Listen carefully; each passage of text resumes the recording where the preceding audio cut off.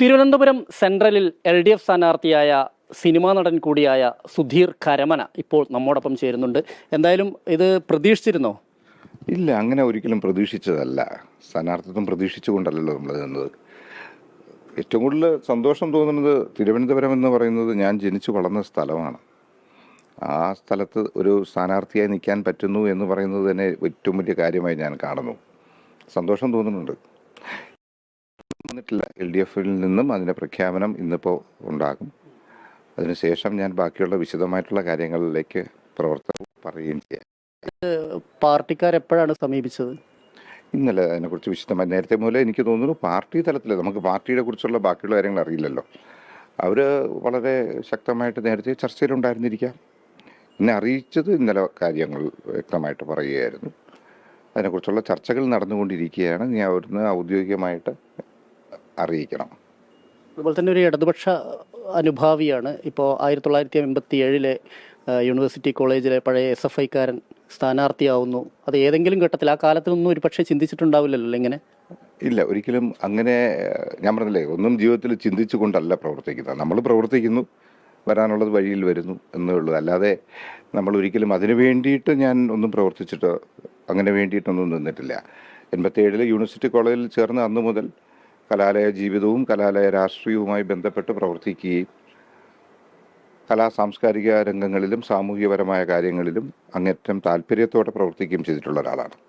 ഇപ്പോഴും ആ താല്പര്യം കൂടിയിട്ടേ ഉള്ളൂ, ഒട്ടും കുറഞ്ഞിട്ടില്ല. നമ്മളെ സംബന്ധിച്ചോളം കേരളത്തിലെ ഏറ്റവും പ്രധാനപ്പെട്ട മണ്ഡലങ്ങളിലൊന്നായ തിരുവനന്തപുരം സെൻട്രൽ എന്ന് പറയുന്നിടത്ത് തീരദേശ പ്രദേശമുണ്ട്. ഒരുപാട് കാര്യങ്ങൾ അവിടെ ചെയ്യേണ്ടതായിട്ടുണ്ട്. ചെയ്യാൻ കഴിയുമെന്നുള്ള വിശ്വാസം എനിക്കുണ്ട്. അതെല്ലാം ബാക്കി വിശദമായിട്ട് പാർട്ടിയുടെ ഔദ്യോഗികമായ തീരുമാനം വന്നതിന് ശേഷം, മുന്നണിയുടെ തീരുമാനം വന്നതിന് ശേഷം ഞാൻ പറയാം. അതുപോലെ തന്നെ ഇപ്പോൾ തമിഴകത്താണെങ്കിൽ സിനിമയും രാഷ്ട്രീയവും ചേരുമ്പടി ചേരുന്നതാണ് തമിഴക രാഷ്ട്രീയം. അവിടെ ഉണ്ടായി വന്നിരിക്കുന്ന ആളുകൾ, ഇപ്പോൾ കരുണാനിധി ആണെങ്കിലും MGR ആണെങ്കിലും ഒക്കെ അത്തരത്തിലുള്ള ആളുകളായിരുന്നു. പക്ഷേ കേരളത്തിലേക്ക് എത്തുമ്പോൾ അത്രത്തോളം സെലിബ്രിറ്റീസ് അങ്ങനെ വരുന്നില്ല. പക്ഷേ ഈ അടുത്ത കാലങ്ങളിലായി അതിൽ വലിയ മാറ്റങ്ങൾ വരുന്നുണ്ട് അല്ലേ? അത് ഞാൻ എപ്പോഴും പറയുന്നത്, ഈ കല എന്ന് പറയുന്നത്, സാംസ്കാരിക പ്രവർത്തനം എന്ന് പറയുന്നത് തന്നെ ഒരു സാമൂഹിക പ്രവർത്തനമായിട്ടാണ്. സമൂഹവുമായിട്ട് ഏറ്റവും അടുത്ത് പ്രവർത്തിക്കാൻ കഴിയണം. എന്നാൽ മാത്രമേ ഈ കലയ്ക്കും സാംസ്കാരിക പ്രവർത്തനത്തിനും എന്തെങ്കിലും ഒരു മൂല്യമുള്ളൂ. തീർച്ചയായിട്ടും എല്ലാവരുടെയും ഉള്ളിലുണ്ടാകാം. അതിന് പ്രവർത്തിക്കാനുള്ള ഒരു സന്മനസ് ആയിട്ട് മുന്നോട്ട് വരണം എന്നുള്ളതേ ഉള്ളൂ. പിന്നെ എന്നെ സംബന്ധിച്ചിടത്തോളം ഈ കലാപരമായ പ്രവർത്തനങ്ങൾക്ക് ശേഷമല്ല സാമൂഹിക രാഷ്ട്രീയ പ്രവർത്തനം എന്ന് പറയുന്നത്. എൻ്റെ കലാലയ ജീവിതത്തിൽ തന്നെ അത്തരത്തിലെ പ്രവർത്തനങ്ങൾ തന്നെയായിരുന്നു ഏറ്റവും കൂടുതൽ. അത്തരത്തിലെ പ്രവർത്തനങ്ങൾ തന്നെയായിരുന്നു വളരെ സജീവമായിട്ടുണ്ടായിരുന്നത്. അതുപോലെ തന്നെ ഈ തിരുവനന്തപുരം സെൻട്രൽ ഇടതുപക്ഷത്തിന് അത്യാവശ്യം സ്വാധീനമുള്ള ഒരു സ്ഥലമായിട്ടാണ് കാണുന്നത്. കഴിഞ്ഞ തവണ ആന്റണി രാജു ജയിച്ചതൊക്കെ അങ്ങനെയാണ്. വിലയിരുത്തിയിരുന്നു എങ്ങനെയാണ് വിജയസാധ്യത എന്നുള്ളത്? ഇല്ല, അങ്ങനെ ഞാൻ പ്രത്യേകിച്ച് അങ്ങനെ ഒരു വിലയിരുത്തലൊന്നും ഞാൻ ചെയ്തിട്ടില്ല, ഇപ്പോഴും ചെയ്തിട്ടില്ല. പക്ഷേ എനിക്കറിയാവുന്ന ഒരു നാടുണ്ട്, തിരുവനന്തപുരം എന്ന് പറയുന്നത്. ഞാൻ ജനിച്ച് വളർന്ന നാട്. എല്ലാ മുക്കുമൂലയും അറിയാവുന്ന ഒരു മനുഷ്യനാണ് ഞാൻ. അപ്പോൾ അവിടുത്തെ ജനങ്ങളെ അറിയാം, ജനങ്ങളുടെ പൾസിനറിയാം, ജനങ്ങൾക്ക് എന്താണ് ആവശ്യം എന്നുള്ളത് എനിക്ക് വ്യക്തമായിട്ടറിയാം. എൻ്റെ കലാലയ ജീവിതത്തിലും എൻ്റെ ഒരുപാട് സുഹൃത്തുക്കളുള്ള സ്ഥലമാണ്. വലിയതറ, പൂന്തുറ, ആ പ്രദേശങ്ങളുമൊക്കെ എൻ്റെ ഒരുപാട് സുഹൃത്തുക്കളുള്ള സ്ഥലമാണ്. അവർക്ക് വേണ്ടി അന്നും ഞാൻ ഒരുപാട് കാര്യത്തിന് ഇറങ്ങിയിട്ടുള്ളതും പ്രവർത്തിക്കുകയും ചെയ്തിട്ടുള്ള ഒരാളാണ്.